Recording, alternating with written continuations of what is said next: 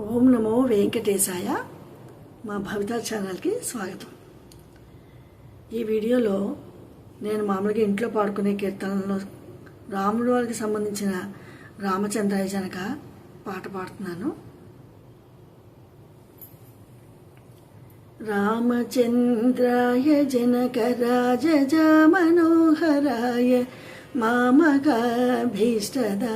మహితమంగళం కోసలేశాయ మందహాసదాసపోషణాయ వాసవాది వినుత సద్వరాయ మంగళం చారు కుంకుమోపేత చందనాది చర్చితాయ హారకటక శోభితాయ భూరి మంగళం లలితరత్నకుండలాయ తులసీవనమాలికాయ జలజ సదృశ దేహాయ చారు మంగళం దేవకీ సుపుత్రాయ దేవదేవోత్తమాయ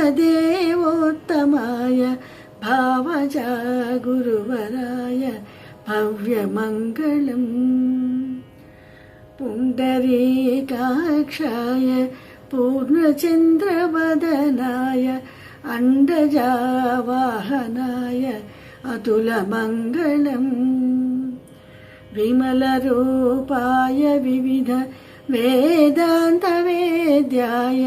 సుముఖచిత్తకామితాయ శుభదమంగళం రామదాసాయ మృదుల హృదయ కమలవాసాయ స్వామి భద్రగిరివరాయ సర్వమంగళం స్వామి భద్రగిరివరాయ సర్వమంగళం స్వామి భద్రగిరివరాయ